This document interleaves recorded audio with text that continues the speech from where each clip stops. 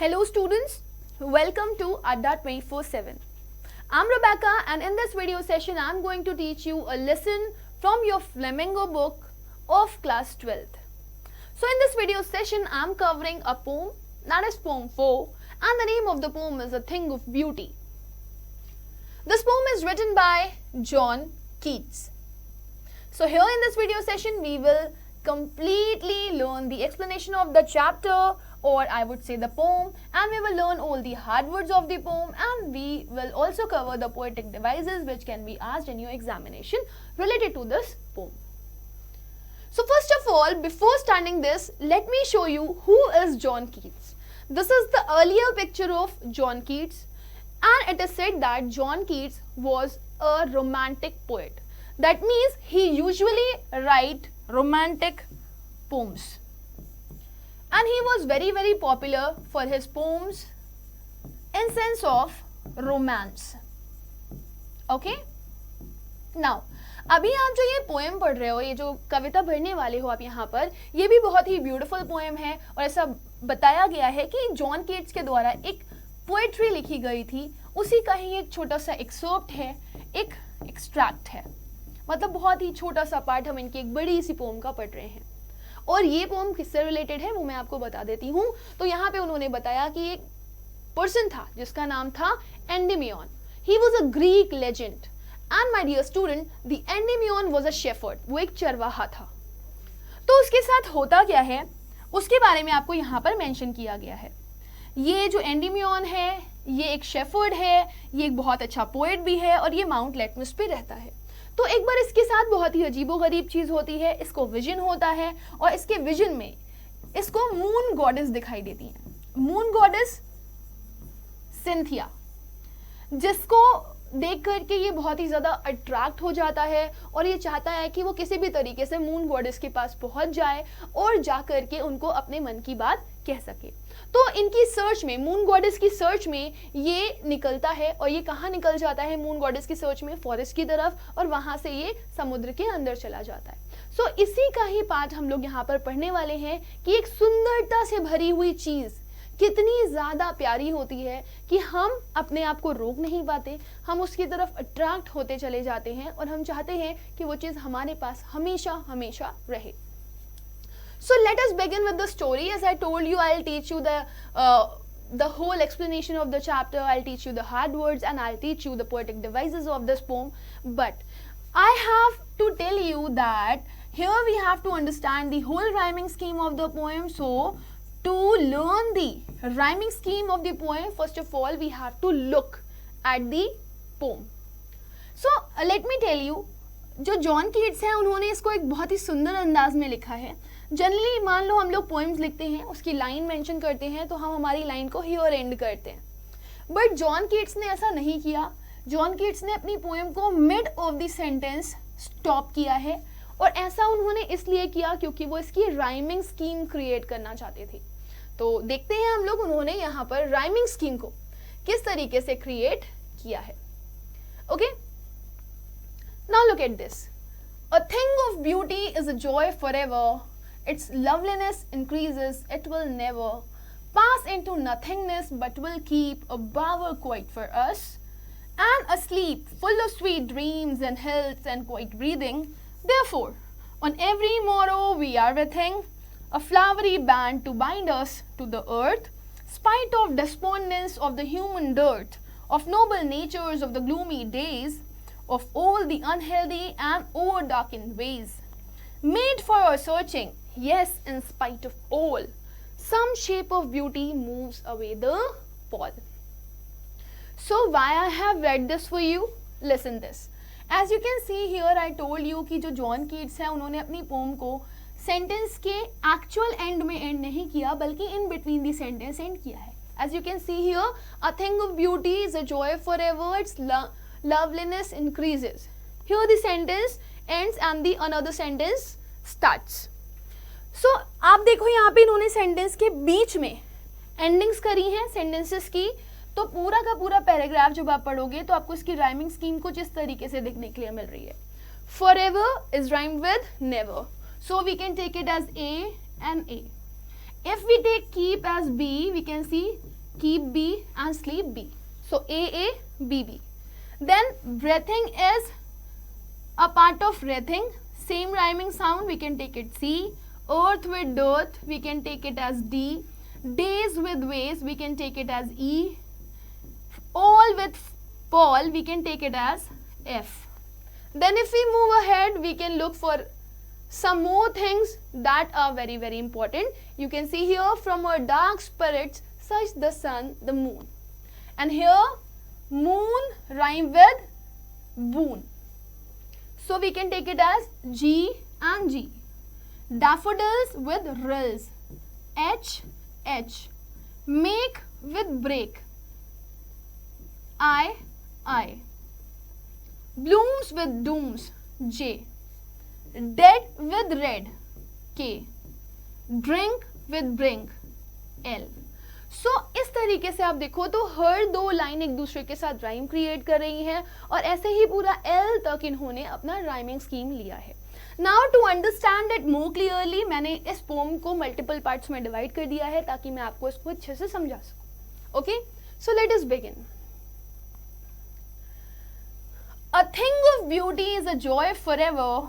Its loveliness increases, it will never pass into nothingness, but will keep a bower quiet for us, and a sleep full of sweet dreams and health and quiet breathing. Here bower means a shady place under the tree, which you can see here. जब दो पेड़ दो opposite sides में किसी भी particular जगह के लगे होते हैं तो उनकी पत्तियां और शाखाएं इस तरह से बढ़ जाती हैं कि वो एक छायादार पेड़ का क्रिएशन कर देती हैं, जिसके नीचे आप छाया ले सकते हो, शेड ले सकते हो और धूप से बच सकते हो. सो हमारे जो पोएट हैं जॉन कीट्स, वो यहाँ पे कहते हैं अ thing of beauty is a joy forever. मतलब एक सुंदरता से भरी हुई चीज हमेशा हमेशा के लिए जो होती है वो हमारे लिए खुशी का खजाना होती है. सुंदर चीज को देख करके हम हमेशा खुश रहते हैं और उसकी जो खूबसूरती है, उसकी जो लवलीनेस है, उसका जो प्यारापन है वो बढ़ता जाता है, वो कभी भी कम नहीं होता. It will never pass into nothingness. और इसके साथ कभी भी ऐसा नहीं होता कि ये खाली दौर से गुजरे. सुंदर चीज हमेशा ही सुंदर रहती है, उसको सब देखते हैं, उसको सब नोटिस करते हैं, उसकी तरफ हर कोई अट्रैक्ट होता है. But will keep a bower quiet for us. और जब हम एक सुंदरता से भरी हुई चीज के अंदर जाते हैं तो वो हमारे लिए एक छायादार पेड़ की तरह होती है जो हमें शेड देता है. Just like this. And a sleep full of sweet dreams. फिर जॉन कीट्स क्या कर रहे हैं? जॉन कीट्स कंपेयर कर रहे हैं थिंग ऑफ ब्यूटी को किसके साथ? स्वीट ड्रीम्स के साथ. वो कहते हैं कि जो एक सुंदरता से भरी हुई चीज है वो ऐसी होती है जैसे कि हमने एक बहुत ही प्यारा सा सपना देखा हो.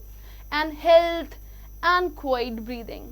So जब हम एक थिंग ऑफ ब्यूटी की तरफ जाते हैं वो हमें बहुत सुकून देता है, वो हमें अच्छी हेल्थ प्रोवाइड करता है और हम उसके अंदर चैन की सांस भी ले सकते हैं. तो पोएट ने हमें क्या बताने की कोशिश करी है कि if you can see the thing of beauty it is completely mesmerising, जो आपके पूरे अंतर्मन को खुश करके रख देगा.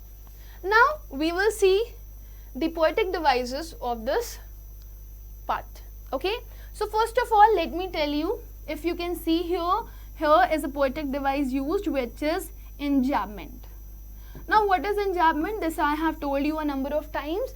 जब आपकी जो पैराग्राफ होती है वो कंटिन्यू होती है एक सेंटेंस के साथ साथ दूसरे सेंटेंसेस में भी और तीसरे सेंटेंस में भी, सो उसको आप बोलते हो enjambment. तो यहाँ पे अगर आप देखोगे इस पैराग्राफ में तो इधर से स्टार्टिंग हुआ है, अ thing of beauty is a joy forever, it's loveliness increases, it will never pass into nothingness, and the stoppage comes here.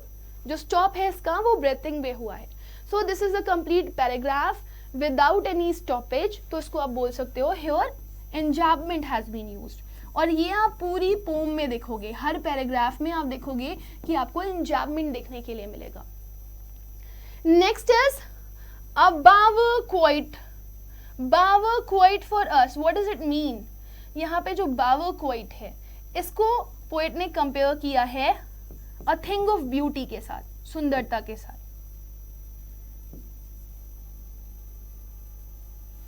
Okay. So poet क्या कर रहे हैं, पोएट बोल रहे हैं कि जो शेडी प्लेस होती है ट्री के नीचे की, उसको उन्होंने कंपेयर किया है कि वो सुंदरता की जैसी होती है, जैसे उसके नीचे लेट करके हमको एक सुकून मिलता है, एक छाँव मिलती है और अच्छा लगता है, वैसे ही थिंग ऑफ ब्यूटी को पाने के बाद भी हमको एक सुंदरता का एहसास होता है, एक शेड का एहसास होता है, एक छाया का एहसास होता है। Therefore, इसलिए on every morrow, morrow refers to the tomorrow, आने वाला कल। Are we wreathing? Wreathing means जो हमारे पास है, जिसको हम बुन रहे हैं, जिसको हम encircle कर रहे हैं, जो चीजें हमारे आसपास हैं। A flowery band to bind us to the earth. तो इसलिए हर अगले दिन जो चीजें हम अपने आसपास encircle करते हैं, इकट्ठा करते हैं, उसको हम एक फ्लावरी बैंड की तरह रखते हैं। बैंड रेफर्स टू दी गुच्छा, है ना, फूलों का एक गुच्छा होता है ना, फूलों का बंडल होता है पूरा, आप इकट्ठा करते हो ना। तो वैसे ही हम लोग क्या कर रहे हैं, हम लोग इस अर्थ पर अलग अलग यादें बटोर रहे हैं, अलग अलग चीज़ों को देखते हैं, अलग अलग मेमोरीज क्रिएट होती हैं और वो सारी सुंदर सुंदर चीज़ें हमारे मन में इकट्ठी होती जाती हैं और हम उनको बाइंड कर लेते हैं, इकट्ठा कर लेते हैं, just like a flowery band. Spite of despondence. Despondence refers to the thing which creates sadness, or you can see here ill feeling or depression. Okay. Of the inhuman dearth. Dearth means lack of something. Of noble natures. Of the gloomy days. Gloomy also refers to sad. Of all unhealthy and over darkened ways. Over darkened ways means the evil ways, the wrong ways, right? तो हमारे जो poet हैं वो यहाँ पे क्या कह रहे हैं कि हर रोज हम क्या कर रहे हैं, जैसे एक फ्लावरी बैंड होता है, एक फूलों का गुच्छा होता है, वैसे हम बहुत सारी सुंदर सुंदर चीजों की यादें इकट्ठा कर रहे हैं और उनको एक साथ बाइंड कर रहे हैं। नहीं तो हमारे आसपास तो बहुत सारी बुरी चीजें हैं। क्या क्या बुरी चीज़ें हैं हमारे पास बहुत सारी इल फीलिंग्स हैं, बहुत सारी नेगेटिव चीज़ें हैं। Of the human dearth of noble nature, हमारे पास बहुत सारे ऐसे लोग हैं जिनके पास नोबल नेचर नहीं है, यानी कि हमारे यहाँ कमी है नोबल नेचर्स की, अच्छे लोगों की, अच्छा काम करने वालों की, अच्छे डीड्स करने वालों की, तो इसकी कमी है हमारे पास। और हमारे पास ज़्यादातर कैसे लोग हैं जो बुरे कामों में इन्वॉल्व होते हैं, राइट? तो हम उन्हें नहीं एक्सेप्ट कर रहे जो चीज़ें हमारी लाइफ में बुरी हैं, हम उन्हें एक्सेप्ट करना चाह रहे हैं जो हमारे पास अच्छी चीज़ें हैं। तो हम उन सारी अच्छी चीज़ों को एक साथ जोड़ के रखना चाहते हैं, संभाल करके रखना चाहते हैं। ऑफ द ग्लूमी डेज, और ये जो चीज़ें हैं जो हमारे पास इल फीलिंग्स हैं वो किस तरह की हैं, वो लैक ऑफ नोबल नेचर्स की हैं और उन दिनों की हैं जो सैड थे, जिनमें हमने कोई ना कोई एक नेगेटिव मेमोरी क्रिएट करी है। Of all the unhealthy and over darkened ways, और क्या चीज़ है, वो सारी चीज़ें जो अनहेल्दी हैं और वो सारे रास्ते जो कि दुष्ट तरीके से अपनाए गए हैं, जो सही नहीं हैं, जो हमें बैड रास्ते पर ले जाते हैं। तो हमारे पास बहुत सारी अच्छी चीज़ें भी हैं और बहुत सारी बुरी चीज़ें भी हैं, लेकिन बुरी चीज़ों को हम साइडलाइन करते हैं और सुंदरता से भरी हुई चीज़ों को हम अपनाना चाहते हैं और वो सुंदरता से भरी हुई चीज़ों को हम एक साथ जोड़ करके अपने पास संभाल करके रखना चाहते हैं। Now, with this, we will move ahead and we will learn the poetic devices which come here. सबसे पहले अगर हम देखें यहाँ पर तो we have an alliteration used here, band, bind, band, bind. This is an alliteration. क्या होता है alliteration? हमारे पास बहुत सारी poetic devices हैं जिसमें से एक alliteration भी है। Alliteration कहता है कि जब एक ही सेंटेंस में दो ऐसे वर्ड्स दिखाई दें या दो से ज़्यादा ऐसे वर्ड्स दिखाई दें जिनका पहला लेटर कॉन्सोनेंट साउंड से स्टार्ट हो रहा हो, तो दैट इज alliteration. बहुत सारे लेटर्स हैं हमारे पास, उन लेटर्स में वॉवल्स भी हैं, ए, ई, आई, ओ और यू। इनको छोड़ करके जितने भी बचे हुए लेटर्स हैं वो कॉन्सोनेंट्स हैं। सो उनको आप बोल सकते हो कि वो कॉन्सोनेंट्स हैं और अगर उनसे वर्ड स्टार्ट हो रहे होते हैं तो वो एलिट्रेशन होते हैं, उन्हीं का रिपीटिशन एलिट्रेशन कहलाता है।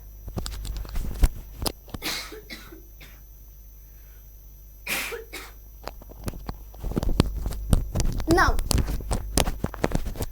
if you again see here next alliteration हमें एक और जगह देखने के लिए मिला है, नोबल नेचर्स, न साउंड का repetition, okay.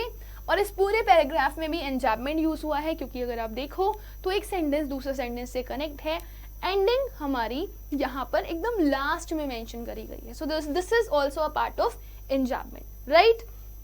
Now a flowery band is also compared with a thing of beauty.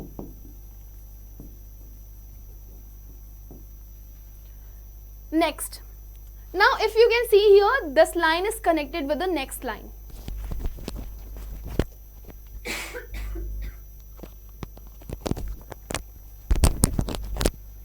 Over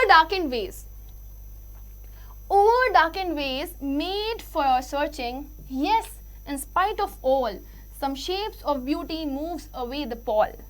From her dark spreads such the sun, the moon, trees, old, young, sprouting a shady boon. Now look at this. जो over darkened ways हैं, जो हमने हमारे रास्ते में अपनाए हुए हैं ताकि हम हमारी चीज़ों को ढूंढ सकें, हमारे कामों को पूरा कर सकें. So they are made for our searching. वो हमने हमारी सर्च के लिए चुने हैं, right? Yes, in spite of all, इन सब के बावजूद. Some shape of beauties moves away the pall. लेकिन कुछ ऐसी भी सुंदरता से भरी हुई चीजें हैं जो हमारे पॉल को, हमारी सैडनेस को दूर कर सकती हैं. From our dark spirits. कहाँ से? हमारी डार्क स्पिरिट से. वो सोल जो कि ब्लैक हो चुकी है. कैसे ब्लैक हो चुकी है? जिसमें से वो सिर्फ गंदगी भर चुकी है, जिसमें नेगेटिव थॉट्स हैं, जिसमें कुछ भी अच्छा और पॉजिटिव नहीं है. और कौन सी वो सुंदर चीजें हैं जो हमारे अंदर से गंदगी को मिटा सकती हैं, हमारी ब्लैक सोल को रिमूव कर सकती हैं, उसको वापस से प्योर बना सकती हैं? They are sun, moon, old trees, young trees, and they are sprouting a shady boon. और वो क्या कर रहे हैं? वो हमें एक शेडी बून क्रिएट करके दे रहे हैं, right? Now look at this. If अगर हम लोग इस पैराग्राफ को पूरी तरीके से समझने की कोशिश करें तो हमें क्या समझ में आ रहा है कि हम लोग, हमारे बहुत सारे जिंदगी में ऐसे रास्ते आते हैं जिनको हम चुनते हैं, जो एविल रास्ते होते हैं, लेकिन उनके बावजूद कुछ बहुत अच्छी चीज़ें हैं जो हमारी डार्क स्पिरिट्स को, हमारे रॉन्ग डीड्स को ख़त्म करने के काम आती हैं. और वो है सुंदरता से भरी हुई चीज़ें, जिनके एग्जाम्पल में पोएट हमें क्या बताते हैं कि वो क्या है? सन, मून, ट्रीज, जो कि ओल्ड और यंग है, जो कि हमें क्या दे रहे हैं? हमें छाया दे रहे हैं. नाउ अगर आप यहाँ पर फिगर ऑफ स्पीच देखो, पोएटिक डिवाइसेस देखो, so you have here alliteration. First figure of speech is alliteration. Some shape, so, तो this is alliteration. Then there is another thing which has been used by the poet is this one, sprouting a shady boon. Sprouting a shady boon मतलब ये जितने भी चीजें हैं वो हमारे लिए एक क्या कर रही हैं? स्प्राउट कर रही हैं एक शेडी बून. बून क्या होता है? बून रेफर्स टू ब्लेसिंग. वो हमारे लिए एक ब्लेसिंग क्रिएट कर रही हैं. सो हम यहाँ पर इमेजिन कर पा रहे हैं कि ये जितनी भी सुंदरता से भरी हुई चीजें हैं वो हमारे लिए एक बून का शेड क्रिएट कर रही हैं. सो पोएट हमें यहाँ पर इमेजिन करवाना चाह रहा है. So this is imagery. जब पोएट हमें कुछ इमेजिन करवाता है, वो ये हमें बताता है कि आप इस तरीके से चीज़ों को नोटिस करो कि कुछ किया जा रहा है, कुछ स्पेशल किया जा रहा है आपके लिए, और वो आपको सामने से दिखाई दे रहा है. That is imagery. Then we have another poetic device, that is antithesis. Now what is antithesis? This is the two opposite words used in the same sentence. If you look here, we have used old and young, which are two opposite words. So आप यहाँ पे क्या बोल सकते हो कि antithesis का भी इस्तेमाल किया गया है. बाकी मैंने आपको बताया था कि आपको पूरी पोम में enjambment मिलेगा. So here also you can see the enjambment. Okay? Now let us move ahead. इसको याद रखिएगा, स्प्राउटिंग अ शेडी बून, क्योंकि ये हमारे आगे वाले सेंटेंस से कनेक्ट हो रहा है. Sprouting a shady boon for simple sheep and such are daffodils with the green world they live in and clear rills that for themselves a cooling covert make gainst the hot season the mid forest break. अब ये जो sprouting हो रही है old और young trees की, जो हमारे लिए एक ब्लेसिंग के तौर पर क्रिएट की जा रही है बाय द गॉड, तो ये कौन से लोगों के लिए है, किसके लिए है? These are for the sheeps. वो शीप्स जो कहाँ रहती हैं? जो हरी भरी घासों में रहती हैं, हरे भरे जंगलों में रहती हैं। और उन्हीं हरे भरे जंगलों में, उन्हीं ग्रीन वर्ल्ड में, here green world refers to the grassland, forest, right. और उन्हीं ग्रासलैंड्स में क्या देखने के लिए मिलते हैं? Daffodils, the colourful flowers, as you can see here. सुंदर सुंदर से फूल भी देखने के लिए हम लोग को मिलेंगे उन्हीं ग्रीन फील्ड्स में, जहां पर ये जो शीप है वो क्या करने आई हैं? वो आसरा लेने के लिए आई हैं। एंड क्लीन रिल्स, और क्या सुंदर चीज देखने के लिए मिलेगी? रिल्स। रिल्स स्ट्रीम को बोलते हो, झरने को बोलते हो, जो कि आपको यहाँ पर दिखाई दे रहा है। तो इन्हीं ग्रीन फील्ड्स में बहुत सारे सुंदर सुंदर कलरफुल फ्लावर्स हैं और झरने भी हैं। वो झरने जो कि हमें कूलिंग कावड़ दे रहे हैं। कावड़ means something which is a kind of secret, जिसके बारे में लोगों को पता नहीं है, लेकिन ये लोगों को तपती हुई धूप में, अगेंस्ट द हॉट सीजन, यानी कि तपती हुई धूप में ठंडक पहुंचाते हैं। जब यही जानवर आकर के इन झरनों का ठंडा ठंडा पानी पीते हैं, तो सीक्रेटली ये झरना इनको राहत देता है, गर्मी के मौसम में ये इनको ठंडक पहुंचाता है। And here also we get the mid forest break. Now what is break? Break actually refers to a process to slow down, but here break refers to the ferns, right? ये एक तरह का प्लांट है जिसकी बहुत सारी झाड़ियाँ, the mid forest break का मतलब है बहुत सारी आपको झाड़ियाँ देखने के लिए मिल सकती हैं। Now the mid forest break से आपका एक राइम क्रिएट हो रहा है आने वाले पैराग्राफ में, but before learning that we will learn the poetic devices related to this. Simple sheep, cooling covered. K sound and s sound. This is alliteration. Right? Now, if you look at here, so here is one another thing that has been used by the poetess, the cooling covered. That means ये जो streams हैं, ये हमें क्या दे रहे हैं? ये हमें cooling covered दे रहे हैं, यानी कि ठंडक पहुंचा रहे हैं। सो पोएट यहाँ पे हमें इमेजिन करवा रहा है कि जो स्ट्रीम्स का पानी है वो बहुत ठंडा है और वो गर्म मौसम में हमें ठंडक पहुंचाता है। So cooling covert is also used as imagery. Okay, now let's move ahead. As I told you, this one is connected with the next one, the mid forest break, rich with a sprinkling of fair musk rose blooms. ये जो इतनी सारी झाड़ियां हैं, इतने सारे ferns हैं, इन ferns में आपको क्या देखने के लिए मिलेगा? खूब सारे मस्क रोजेस, यानी कि बहुत